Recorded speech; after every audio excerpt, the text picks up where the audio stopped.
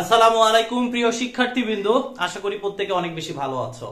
নবম এবং দশম শ্রেণীর যারা গণিত নিয়ে অনেক বেশি চিন্তায় আছো তাদের জন্য আমি শুরু করতে চলেছি 3 মাসের মধ্যে গণিতের সকল অধ্যায়ের কমপ্লিট একটা কোর্স।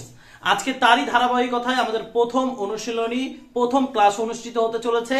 আজকের ক্লাসের বিষয়বস্তু হচ্ছে আমাদের বাস্তব সংখ্যা।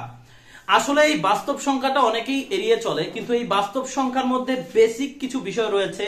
বেসিক যে বিষয়গুলো রয়েছে, এই বেসিক বিষয়গুলো যদি আমরা কখনো না পড়ি, আমরা এগুলোকে যদি গুরুত্ব না দেই, পরবর্তীতে যখন অন্যান্য অধ্যায়গুলো আমরা করতে যাব তখন আমরা আটকায় যাব।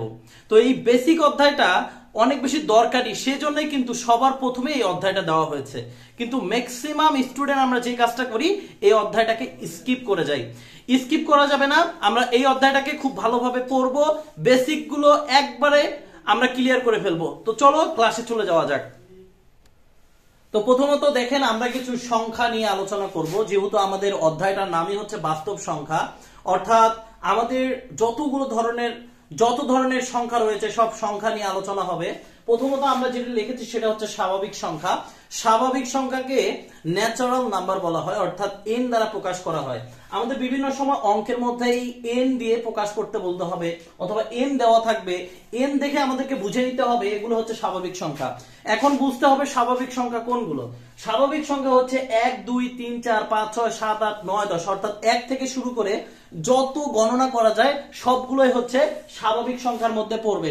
আশা করি বিষয়টা একদম ক্লিয়ার হয়ে গিয়েছে। পরবর্তী আছে মৌলিক সংখ্যা।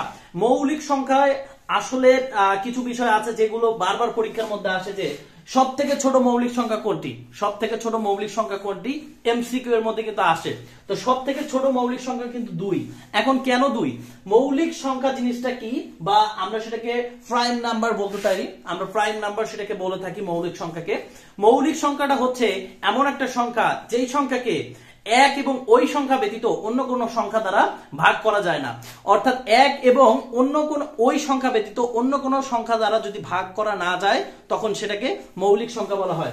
ধরেন এই যে 2, এই 2 কে শুধুমাত্র 2 দিয়ে ভাগ করা যাচ্ছে, আবার 1 দিয়ে ভাগ করা যাচ্ছে। অর্থাৎ 1 এবং ওই সংখ্যা ব্যতীত অন্য কোন সংখ্যা দিয়ে কিন্তু এই 2 কে ভাগ করা যাবে না, অন্য কোন সংখ্যা দিয়ে ভাগ করা যাবে না।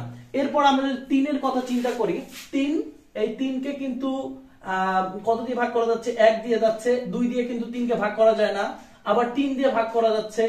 ঠিক আছে না? তো আমরা কি বুঝলাম? মৌলিক সংখ্যার সংজ্ঞাটা আর একটু ভালোভাবে ক্লিয়ার করে দিচ্ছি। মৌলিক সংখ্যা হচ্ছে এমন একটা সংখ্যা যেই সংখ্যাকে এক এবং ওই সংখ্যা ব্যতীত অন্য কোনো সংখ্যা দ্বারা ভাগ করা যায় না। তাহলে এক কিন্তু মৌলিক সংখ্যার মধ্যে পড়বে না। তাহলে সব থেকে ছোট মৌলিক সংখ্যা কোনটি? একদম বেসিক জিনিস, কিন্তু এটা কিন্তু মাথায় রাখতে পারতে হবে। সব থেকে ছোট মৌলিক সংখ্যা হচ্ছে 2। সব থেকে ছোট মৌলিক সংখ্যা 2, আর কখনো ভুল করা যাবে না। সব থেকে ছোট মৌলিক সংখ্যা হচ্ছে 2। তাহলে সব থেকে ছোট মৌলিক সংখ্যা 2। তাহলে আমাদের যদি বলে 1 থেকে 10 এর মধ্যে মৌলিক সংখ্যা কয়টি এবং কি কি, তাহলে আমরা একটু দেখার চেষ্টা করি 1 থেকে 10 এর মধ্যে কি কি মৌলিক সংখ্যা রয়েছে। সকলে একটু দেখার চেষ্টা করেন। প্রথমত 2 এমন একটা সংখ্যা যেই সংখ্যাকে 2 এবং 1 ব্যতীত অন্য কোনো সংখ্যা দ্বারা ভাগ করা যায় না। 3 এর কথা যদি আমরা চিন্তা করি, এটাকেও কিন্তু ভাগ করা যায় না। 4 এর কথা যদি চিন্তা করি, 4 কে কিন্তু 2 দিয়ে ভাগ করা যায়, 4 দিয়েও ভাগ করা যায়, আবার 1 দিয়েও ভাগ করা যায়। অর্থাৎ ওই সংখ্যা ছাড়া 2 দিয়ে ভাগ করা যাচ্ছে, অর্থাৎ এটা মৌলিক সংখ্যা নয়। আমরা যদি 5 এর কথা চিন্তা করি, 5 কে কিন্তু 5 এবং 1 ব্যতীত অন্য কোনো সংখ্যা দ্বারা ভাগ করা যাচ্ছে না, অর্থাৎ এই 5ও কিন্তু মৌলিক সংখ্যা। আবার আমরা যদি 7 এর কথা চিন্তা করি, এই 7 কেও কিন্তু 7 এবং 1 ব্যতীত, অর্থাৎ 7 এবং 1 ব্যতীত অন্য কোনো সংখ্যা দ্বারা ভাগ করা যাচ্ছে না, অর্থাৎ 7 নিজেও একটা মৌলিক সংখ্যা। আবার আমরা যদি 9 এর কথা চিন্তা করি, দেখেন 9 কে কিন্তু 3 দিয়ে ভাগ করা যাচ্ছে, 3 দিয়ে ভাগ করা যাচ্ছে, 9 দিয়ে ভাগ করা যাচ্ছে, আবার 1 দিয়েও ভাগ করা যাচ্ছে, অর্থাৎ এই 9 মৌলিক সংখ্যা 9। আমরা যদি 10 এর কথা চিন্তা করি, 10 টি কিন্তু ভাগ করা যাচ্ছে। 11 এর কথা যদি চিন্তা করি, 11 কে 2 দিয়ে ভাগ করা যায় না, 3 দিয়েও ভাগ করা যায় না, 4 দিয়েও ভাগ করা যায় না, 5 দিয়েও ভাগ করা যায় না। কি দিয়ে ভাগ করা যায়? 1 দিয়ে ভাগ করা যায় এবং 11 দিয়ে ভাগ করা যায়। অর্থাৎ 11 কি মৌলিক সংখ্যা। যদি বলে 1 থেকে 10 এর মধ্যে মৌলিক সংখ্যা কয়টি, তাহলে আমাদেরকে কি বলতে পারতে হবে? 4টি। 1 থেকে 10 এর মধ্যে মৌলিক সংখ্যা কতটি? 1 থেকে 10 এর মধ্যে মৌলিক সংখ্যা হচ্ছে 4টি। এখান থেকে আমরা কিন্তু বিষয়টা বুঝতে পারলাম। আমাদের পরীক্ষায় যদি এরকম প্রশ্ন আসে যে 1 থেকে 40 এর মধ্যে 1 থেকে 40 এর মধ্যে মৌলিক সংখ্যা কয়টি, আমরা বের করতে পারবো কিনা? আশা করি আমরা বের করতে পারবো। মৌলিক সংখ্যার সংজ্ঞাটা বুঝতে পারতে হবে, বেসিকটা বুঝতে পারতে হবে। মৌলিক সংখ্যা হচ্ছে এমন সংখ্যা যাকে ওই সংখ্যা, অর্থাৎ আমরা যদি 2 এর কথা চিন্তা করি তাহলে 2 এবং 1 ব্যতীত অন্য কোনো সংখ্যা দ্বারা ভাগ করা যাবে না। আশা করি বিষয়টা ক্লিয়ার। পূর্ণ সংখ্যা, দেখেন পূর্ণ সংখ্যাকে জেড দ্বারা প্রকাশ করা হয়। পূর্ণ সংখ্যাকে জেড দ্বারা প্রকাশ করা হয়।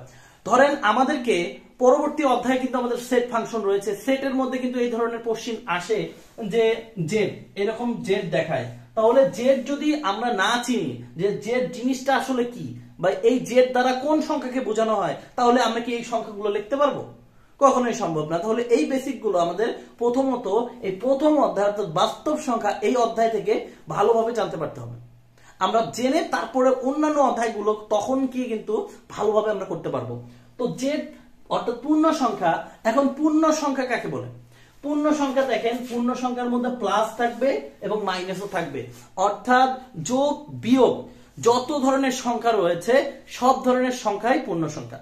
অর্থাৎ যোগ এবং বিয়োগ উভয় ধরনের সংখ্যাকে পূর্ণ সংখ্যা বলা হয়। দেখেন এই ডট ডট ডট ডট -3 -2 -1 আবার 1 2 3 4 সকল ধরনের সংখ্যাকেই, যে কোনো ধরনের সংখ্যাকেই পূর্ণ সংখ্যা বলা হবে। আশা করি পূর্ণ সংখ্যার সেট কেমন হয় বা পূর্ণ সংখ্যা কেমন হয় এই জিনিসটা বুঝতে পারছেন। এরপর একটা জিনিস দেখেন, ধনাত্মক পূর্ণ সংখ্যা। ধনাত্মক পূর্ণ সংখ্যাকে কিন্তু ন্যাচারাল নাম্বার বা স্বাভাবিক সংখ্যাও বলা হয়ে থাকে। কিন্তু আমাদের যদি প্রশ্নের মধ্যে এরকম বলে যে ধনাত্মক পূর্ণ সংখ্যা, তখন কিন্তু আমরা একটু বিপদের মধ্যে পড়ে যেতে পারি, তাই না? তো বিপদের মধ্যে যেন না পড়ি সেই জন্য আমরা এটাকে একটু ইন্ডিকেট করে দিছি ধনাত্মক পূর্ণ সংখ্যা বা জেড প্লাস। আমাদের প্রশ্নের মধ্যে যদি এন বা স্বাভাবিক সংখ্যা এটা না দিয়ে বলে জেড প্লাস অর্থাৎ ধনাত্মক পূর্ণ সংখ্যা এইটা দিয়ে যদি বলে, তাহলে কিন্তু আমরা একটু সমস্যার মধ্যে পড়ে যেতে পারি। স্বাভাবিক সংখ্যা যাকে বলে ধনাত্মক পূর্ণ সংখ্যাও কিন্তু তাকেই বলে। অর্থাৎ 1 2 3 4 5 6 7 8 9 10 এগুলো যেমন ধনাত্মক পূর্ণ সংখ্যা, তেমন ন্যাচারাল নাম্বার বা স্বাভাবিক সংখ্যা। আশা করি ধনাত্মক পূর্ণ সংখ্যা বা জেড প্লাস আসলে আমরা বিষয়টা বুঝতে পারবো। এরপরে আমরা দেখতে পাচ্ছি ঋণাত্মক পূর্ণ সংখ্যা। এরপরে আমরা দেখতে পাচ্ছি ঋণাত্মক পূর্ণ সংখ্যা, অর্থাৎ এই যে -1 -2 -3 অর্থাৎ যত ধরনের ঋণাত্মক সংখ্যা রয়েছে, পূর্ণ সংখ্যা রয়েছে ভগ্নাংশ ব্যতীত, সেই ধরনের সংখ্যাকেই বলা হচ্ছে ঋণাত্মক পূর্ণ সংখ্যা। এই যে বেসিক আলোচনাটুকু করলাম এতটুকু তোমরা মনে রাখো। ওকে, এখন লক্ষ্য করো আমরা আরো 3টা সংখ্যা এখানে লিখেছি। সব থেকে গুরুত্বপূর্ণ, আমরা কোন অধ্যায় পড়ছি? আমরা বাস্তব অধ্যায় অর্থাৎ বাস্তব সংখ্যা এই অধ্যায়টা পড়ছি। বাস্তব সংখ্যা কাকে বলে? যত ধরনের সংখ্যা রয়েছে পৃথিবীতে, যত ধরনের সংখ্যা রয়েছে সব ধরনের সংখ্যাকে বাস্তব সংখ্যা বলা হয়। মূলদ সংখ্যা বলেন, স্বাভাবিক সংখ্যা বলেন, এরপরে যত ধরনের সংখ্যা রয়েছে প্রকৃত ভগ্নাংশ, অপ্রকৃত ভগ্নাংশ, মূলদ সংখ্যা, অমূলদ সংখ্যা, দশমিক সংখ্যা, ভগ্নাংশ সংখ্যা, যত ধরনের সংখ্যা রয়েছে সব একত্রে বাস্তব সংখ্যা বলা হয়। সব কিছুকে ঘুরায় পেঁচায় বাস্তব সংখ্যা বলা হয়। অর্থাৎ বাস্তব সংখ্যা হচ্ছে পৃথিবীতে যত ধরনের সংখ্যা রয়েছে সবগুলো মিলে বাস্তব সংখ্যা। আমরা যদি লক্ষ্য করি সেখানে শূন্য সহকারে যোগ বিয়োগ 1 যোগ বিয়োগ 2 প্লাস মাইনাস 3, এরপরে আমরা দেখতে পাচ্ছি বিয়োগ ভগ্নাংশ, নরমাল ভগ্নাংশ, এরপরে আমরা রুট অফ মাইনাস দেখতে পাচ্ছি। যত ধরনের সংখ্যা সবই বাস্তব সংখ্যার মধ্যে পড়ে। এখন কিছু বিষয় কনফিউশন থাকে পাশাপাশি গুরুত্বপূর্ণ পরীক্ষার জন্য, সেটা হচ্ছে মূলদ সংখ্যা এবং অমূলদ সংখ্যা। এই জিনিসটা খুব বেশি গুরুত্বপূর্ণ, একটু দেখতে হবে। মূলদ সংখ্যা কাকে বলে? p/q আকারের সংখ্যাকে মূলদ সংখ্যা বলে, এক কথায় শেষ। অর্থাৎ যত ধরনের পৃথিবীতে ভগ্নাংশ আছে সব মূলদ সংখ্যা। p/q আকারের সংখ্যাকে মূলদ সংখ্যা বলে। একটু যদি উদাহরণগুলো লক্ষ্য করি, দেখেন 3/1, 3 ডিভাইডেড বাই 1 ইকুয়াল টু 3, এটাকেও মূলদ সংখ্যা বলা হচ্ছে। এটাকেও কিন্তু মূলদ সংখ্যা বলা হচ্ছে। আবার দেখেন 11 ডিভাইডেড বাই 2, এটা কি 5.5, এটাকেও মূলদ সংখ্যা বলা হয়। আবার কি 5 ডিভাইডেড বাই 3, 1.66, এটাকেও কি বলা হচ্ছে? এটাকেও মূলদ সংখ্যা বলা হচ্ছে। দেখেন 1.66 এটাকে কি করা গেছে? ভগ্নাংশে প্রকাশ করা গেছে। 5.1 এটাকে ভগ্নাংশে প্রকাশ করা যায়। অর্থাৎ যে সংখ্যাকে ভগ্নাংশে প্রকাশ করা যায় সেই সংখ্যাই মূলদ সংখ্যা। যেই সংখ্যাকে ভগ্নাংশে প্রকাশ করা যায় সেই সংখ্যাকে মূলদ সংখ্যা বলে, এক কথায় শেষ। বা পি পি বা কিউ আকারের সংখ্যাকে মূলদ সংখ্যা বলে। যেই সংখ্যাকে ভগ্নাংশে প্রকাশ করা যায় না তাকে অমূলদ সংখ্যা বলে। দেখেন, যে সংখ্যাকে ভগ্নাংশে প্রকাশ করা যায় না সেই সংখ্যাকে অমূলদ সংখ্যা বলে। এখন আমাদের পরীক্ষার প্রশ্নে এই ধরনের প্রশ্ন যদি আসে, √2 একটা অমূলদ সংখ্যা, প্রমাণ করে যে √2 একটা অমূলদ সংখ্যা বা মূলদ সংখ্যা, এই ধরনের প্রশ্ন কিন্তু আসে আমাদের। কিন্তু বেশিরভাগ এই অধ্যায় থেকে একটা প্রশ্নই আসার মতো, সেটা হচ্ছে প্রমাণ করে যে √2 একটা অমূলদ সংখ্যা। প্রমাণ করে যে √2 একটা অমূলদ সংখ্যা। তাহলে কিভাবে করে প্রমাণ করব সেইটা আমরা একটু পরে দেখবো। কিন্তু একটু পরে কিন্তু দেখবো, এইটা মিস করবেন না, কেউ মিস করবে না। √2 একটা মূলদ সংখ্যা বারবার পরীক্ষার মধ্যে কিন্তু আসে, এবং এইটা মিস করা মানে আপনি পরীক্ষায় 2 নম্বর মিস করলেন। তাহলে কোনোভাবে এটা মিস করবেন না। তাহলে আমরা কি বুঝলাম, এই যে √2 কে আমরা কোনোভাবেই কি করতে পারি না, আমরা এটাকে ভগ্নাংশে প্রকাশ করতে পারি না, অর্থাৎ ভগ্নাংশে আকারে লেখা যায় না। তাহলে যেই সংখ্যাকে ভগ্নাংশ আকারে লেখা যায় না তাকে অমূলদ সংখ্যা বলে। তাহলে আমরা চলেন √2 একটা অমূলদ সংখ্যা এইটা প্রমাণ করি। তো চলুন প্রমাণ করা যাক √5 বা √2 একটা অমূলদ সংখ্যা। আমরা প্রথমত প্রশ্নটা লিখছি যে √2 অমূলদ সংখ্যা, মূলদ সংখ্যা। আমাদের প্রমাণের বিষয়বস্তু হচ্ছে √2 একটা অমূলদ সংখ্যা, এটা প্রমাণ করতে হবে। আমরা কিন্তু জানি √2 অমূলদ সংখ্যা। কেন অমূলদ সংখ্যা? আমরা বলেছি যেই সংখ্যাগুলোকে কোনোভাবেই পি বা কিউ আকারে প্রকাশ করা যায় না, অর্থাৎ পি বাই কিউ আকারে প্রকাশ করা না গেলে সেটা অমূলদ সংখ্যা। তাহলে আমরা জানি যে পি বাই কিউ আকারের সংখ্যাকে মূলদ সংখ্যা বলা হয়। তাহলে এইটা প্রথমত যাচাই করতে হবে যে এটা পি বাই কিউ আকারে প্রকাশ করা যায় কিনা। আর তাহলে আমরা কি করব, এটা পি বাই কিউ আকারে প্রকাশ করা যায় কিনা এই জিনিসটা যাচাই করব। অর্থাৎ √2 একটা অমূলদ সংখ্যা, সে অমূলদ সংখ্যা কিনা সেটা প্রমাণ করার জন্য আমাদের যাচাই বাছাই করতে হবে এটা পি বাই কিউ আকারে প্রকাশ করা যায় কিনা। যদি পি বাই কিউ আকারে প্রকাশ করা যায় তাহলে মূলদ সংখ্যা হবে, আর যদি পি বাই কিউ আকারে প্রকাশ করা না যায় তাহলে প্রমাণ হয়ে গেল যে এটা একটা অমূলদ সংখ্যা। তাহলে আমরা ধরে নেই যে ধরি √2 একটি মূলদ সংখ্যা ধরে নিলাম।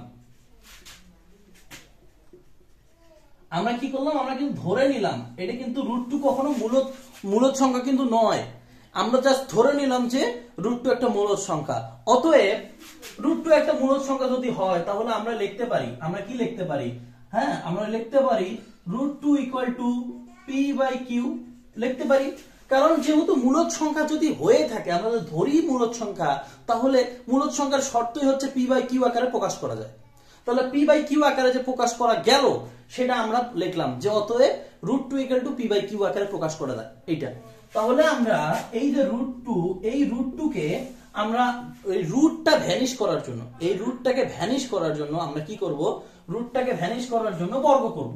আমরা বর্গ করে দিলাম, উভয় পাশে বর্গ করলাম, এই পাশে পি স্কয়ার হলো, নিচে কিউ স্কয়ার হলো, সাইড নোট দেই বর্গ করে,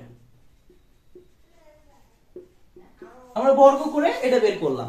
তাহলে এই যে বর্গ এবং রুট কি হলো, 2 সমান সমান কি আসলো, p square divided by q square. এখন নিচে কিউ স্কয়ার রাখা যাবে না, নিচে কিউ স্কয়ার রাখা যাবে না, শুধু কিউ রাখতে হবে। কিউ স্কয়ার যদি আমরা ভ্যানিশ করতে চাই তাহলে আমাদেরকে কি করতে হবে, উভয় পাশে কিউ দ্বারা, এই যে কিউ দ্বারা গুণ করতে হবে, উভয় পাশে কি করতে হবে, কিউ দ্বারা গুণ করতে হবে।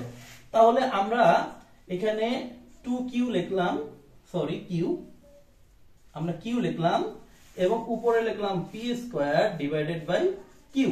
কিউ কেন লিখলাম, এখানে যদি একটা কিউ আমি উপরে দেই, এই যে একটা যদি কিউ দেই তাহলে এখানে যদি স্কয়ার দেই, এই কিউ এবং স্কয়ার থেকে একটা কিউ হয়ে যায় কি, ভ্যানিশ হয়ে যায়, একটা কিউ ভ্যানিশ হয়ে যায়, নিচে শুধুমাত্র কি থাকে, শুধুমাত্র থাকে কিউ। তাহলে আমরা কি পেলাম, আমরা ক্যালকুলেশনে পেলাম যে 2q = p square divided by q. এখন এইখানে আমরা যেটা পাইলাম, এই যে 2q, এই যে 2q, এটা আমরা দেখি এখানে স্পষ্ট বোঝা যাচ্ছে, এখানে যে 2q এটা কি বোঝা যাচ্ছে, স্পষ্ট বোঝা যাচ্ছে কিন্তু যে এই 2q এটা একটা, এই 2q এটা একটা পূর্ণ সংখ্যা, এটা কিন্তু স্পষ্ট বোঝা যাচ্ছে। 2q যে একটা পূর্ণ সংখ্যা সেটা কিন্তু স্পষ্ট বোঝা যাচ্ছে, কিন্তু p square divided by q এটা কিন্তু কোনো পূর্ণ সংখ্যা না, এটা কিন্তু কোনো পূর্ণ সংখ্যা না। এইটা একটা পূর্ণ সংখ্যা। আমরা আগে লিখি যে স্পষ্ট এখানে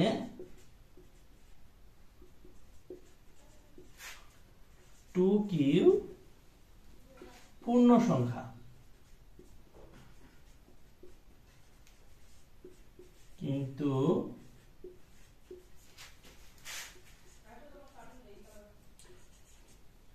পূর্ণ সংখ্যা নয়, পূর্ণ সংখ্যা নয়। P square divided by q পরস্পর সহমৌলিক। এখানে লিখছি সহমৌলিক, পরস্পর কিন্তু এরা সহমৌলিক, পরস্পর সহমৌলিক। এবং এই যে নিচে কিউ এর মান, এই যে নিচে কিউ এর মান সহমৌলিক হওয়ার শর্ত কি? সহমৌলিক হওয়ার শর্ত কিন্তু আমরা মৌলিক সংখ্যা হওয়ার শর্ত কি? এক এবং ওই সংখ্যা ব্যতীত অন্য কোনো সংখ্যা দ্বারা ভাগ করা যাবে না। তাহলে সর্বনিম্ন মৌলিক সংখ্যা কিন্তু 2, সর্বনিম্ন মৌলিক সংখ্যা 2। তাহলে সহমৌলিক এবং এই কিউ এর মানটা অবশ্যই 1 থেকে বড়, অর্থাৎ 1 থেকে বড় না হলে মৌলিক হবে না। মৌলিকের শর্তই হচ্ছে 2, অর্থাৎ 1 এর থেকে বড়। 1 এর থেকে বড় সংখ্যাগুলো এই যে আমরা মৌলিক সংখ্যা কোনগুলো 2, 3, 5 এগুলো মৌলিক সংখ্যা না? মৌলিক সংখ্যার মধ্যে 1 আছে? 1 নাই। তাহলে এই যে কিউ এর মানটা অবশ্যই কি হইতে হবে? সহমৌলিক হওয়ার জন্য 1 এর থেকে বড় হইতে হবে। তাহলে আমরা শর্তের মধ্যে কি লিখলাম? সহমৌলিক এবং এইটা। অতএব আমরা কি লিখতে পারি পরের লাইনে? 2q not equal to p square divided by q। অর্থাৎ এইটা কিন্তু এখান থেকে বোঝা যাচ্ছে, কেন বোঝা যাচ্ছে? স্পষ্ট বোঝা যাচ্ছে 2q হচ্ছে পূর্ণ সংখ্যা, এখানে 2q পূর্ণ সংখ্যা, কিন্তু p square divided by q, এই যে p square divided by q এটা কি পূর্ণ সংখ্যা? এটা কিন্তু পূর্ণ সংখ্যা নয়। তাহলে পূর্ণ সংখ্যা যদি না হয় এরা আবার কি? পরস্পর সহমৌলিক এবং q এর মান অবশ্যই 1 এর থেকে বড় হইতে হবে। q এর মান 1 এর থেকে বড়, অর্থাৎ এই দুইটা কখনো সমান হইতে পারে না। এই দুইটা যদি সমান না হয় তাহলে তাহলে তাহলে কি √2 কি হতে পারে না? √2 কখনো p/q আকারে প্রকাশ করা যেতে পারে না।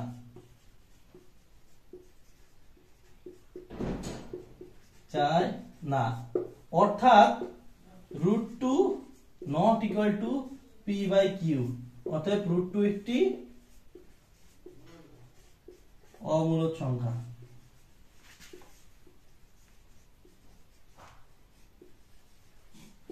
আপনারা লেখার দিকে না তাকায় একটু অঙ্কটা বোঝানোর চেষ্টা করি, অঙ্কটা বোঝার চেষ্টা করেন। এখানে যে জিনিসটা আমি বোঝানোর চেষ্টা করছি, আমরা √2 যে একটা মূলদ সংখ্যা, √2 যে একটা অমূলদ সংখ্যা, এটা কিভাবে করে প্রমাণ করা যেতে পারে? √2 যে একটা অমূলদ সংখ্যা এটা প্রমাণ করার জন্য প্রথম বিষয় যেটা, তা হলো আমাদেরকে চেষ্টা করতে পারতে হবে √2 যে একটা মূলদ সংখ্যা সেটা প্রমাণ করা। √2 মূলদ সংখ্যা না এটা কিন্তু আমরা জানি, কারণ কি √2 কে p/q আকারে প্রকাশ করা যায় না, কিন্তু সেটা প্রমাণের মাধ্যমে আমাদেরকে দেখাইতে পারতে হবে। কিভাবে আমরা দেখাইলাম? প্রথমত আমরা ধরলাম যে √2 ধরিয়ে যে √2 একটা মূলদ সংখ্যা। তাহলে √2 যদি মূলদ সংখ্যা হয় তাহলে মূলদ সংখ্যা কাকে বলে? p/q আকারের সংখ্যাকে মূলদ সংখ্যা বলে, তাই না? তাহলে এই যে √2 কে আমরা ধরা অনুযায়ী, আমরা ধরছি সেই অনুযায়ী √2 ইকুয়াল টু p/q ধরা যায়। তাহলে p/q, এখন এই রুটটাকে আমরা উঠাই দিব। রুটটাকে উঠাই দেওয়ার জন্য আমরা বর্গ করছি, এই পাশে বর্গ হইছে, বর্গ এখানে 2 হইছে। বর্গ করার পরে আমরা এই যে কিউ, এই কিউ রাখবো, কিউ স্কয়ার থেকে কিউ এ নিয়ে আসতে হবে। অর্থাৎ নিচে আমাদেরকে একটা কিউ স্কয়ার বর্গ থেকে সিঙ্গেল সংখ্যায় নিয়ে আসতে হবে। সেটার জন্য আমরা আবার কি করলাম? উভয় পাশে কিউ দ্বারা গুণ করে এই কিউ কেটে আমরা একটা কিউ নিয়ে আসলাম।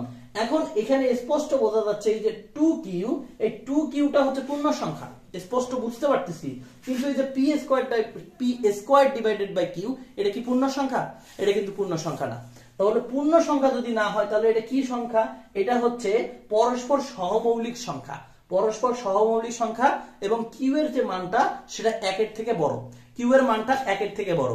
q এর মান যদি 1 এর থেকে বড় হয় তাহলে 2q not equal to p square divided by q, অর্থাৎ এইটা কোনোভাবেই সমান হইতে পারে না, এটা কখনোই হইতে পারে না। এটা আমরা যদিও লেখছি কিন্তু এটা কি, এটা কখনো হইতে পারে না সেটা আমরা আবার এখানে বলে দিছি, একটা সুন্দর লেখা দিয়ে আমরা পরবর্তীতে সেটা বলে দিছি। এরপরে আমরা বলছি যে √2 কখনো p বাই কিউ আকারে প্রকাশ করা যায় না, যেহেতু √2 not equal to p by q, অর্থাৎ এই আকারে প্রকাশ করা যায় না, তাহলে √2 একটা কি অমূলদ সংখ্যা। কিভাবে করলাম, যেহেতু p বাই কিউ আকারে প্রকাশ করা গেল না, তাহলে আমরা কিন্তু অমূলদ সংখ্যা সম্পর্কে জানি যে যে সংখ্যাগুলোকে p বাই কিউ আকারে প্রকাশ করা যায় না তাদেরকে অমূলদ সংখ্যা বলে। খুবই খুবই গুরুত্বপূর্ণ একটা অঙ্ক ছিল, এই অঙ্কটা একদম বারবার প্র্যাকটিস করো। এর পরবর্তীতে √5 এবং √7 এগুলো যে অমূলদ সংখ্যা সেই বিষয়গুলো নিয়ে ক্লাস থাকবে ইনশাআল্লাহ। তো ভিডিওটা কেমন লেগেছে, ক্লাসটা কেমন লেগেছে, যদি বিন্দু পরিমাণে উপকারে আসে অবশ্যই অবশ্যই অবশ্যই চ্যানেলটিকে সাবস্ক্রাইব করে এই ভিডিওটা তোমাদের বন্ধুদের মাঝে ছড়াই দিবা। ভালো থাকবা, সুস্থ থাকবা, আল্লাহ হাফেজ।